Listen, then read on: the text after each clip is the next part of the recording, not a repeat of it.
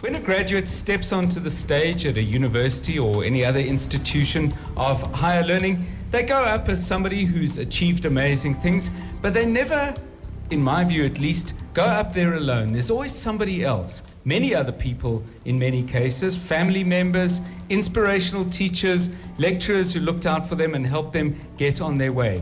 Let's welcome another guest, Mthobisi. Mthobisi, welcome. Good to have you with us. Thank you for having me. Your journey started in Escort in KZN, and I understand as part of your studies, you're looking at the academic experience and wanting to give back, because clearly this is complicated stuff. There's financial pressure, there's family pressure, there's a whole lot of cultural stuff and political issues that are the legacy of our country.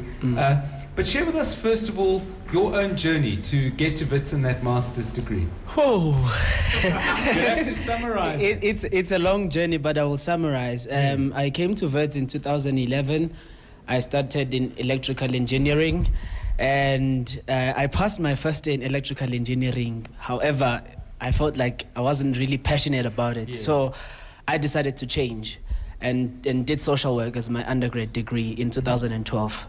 And I did well, I passed, I finished, and I did my master's in sociology in 2016, and I just completed recently in March. So it wasn't a very easy journey, because when I came here, there was a lot of pressure from my school to do a course in those degrees that are seen as prestigious. Yes. That is why I started with electrical engineering at first. And where are you in the family chain? Siblings do you have? Yeah, I do have siblings. Firstborn, where are you? I'm the firstborn. And the younger siblings, any hot on your heels coming into university? And if they are there ways in which you can help them? Yeah, there's one, my sister, Nokolo. She's in KZN at Mangosuthu University of Technology. She started this year. She finished matric in 2015, and she took a gap year last year, but she started this year. Presumably, the studying that you're doing is covering all sorts of things and trying to make a larger sense of individual journeys. But you tell us, what are you looking at and what have you found?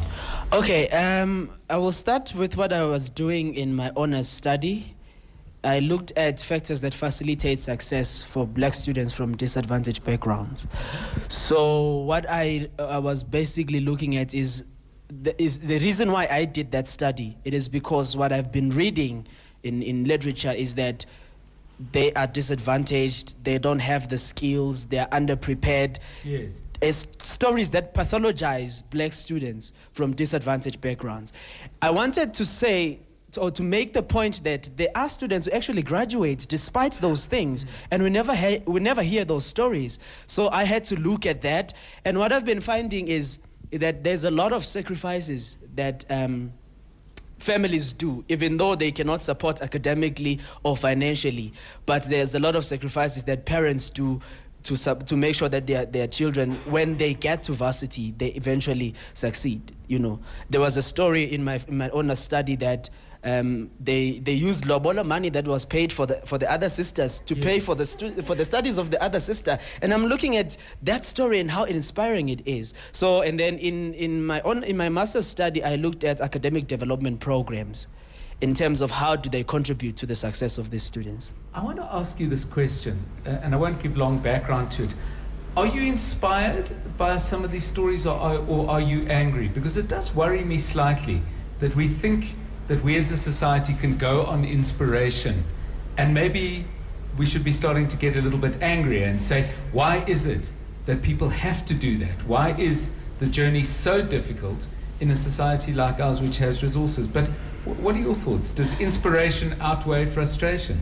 I would say it's a bit of both. Yes. For me, it's 50-50, because I'm inspired by these stories in terms of how they managed to do it, but also looking at the type of support that is still required and the type of transformation that still need to happen at university. We're still far from where we should be.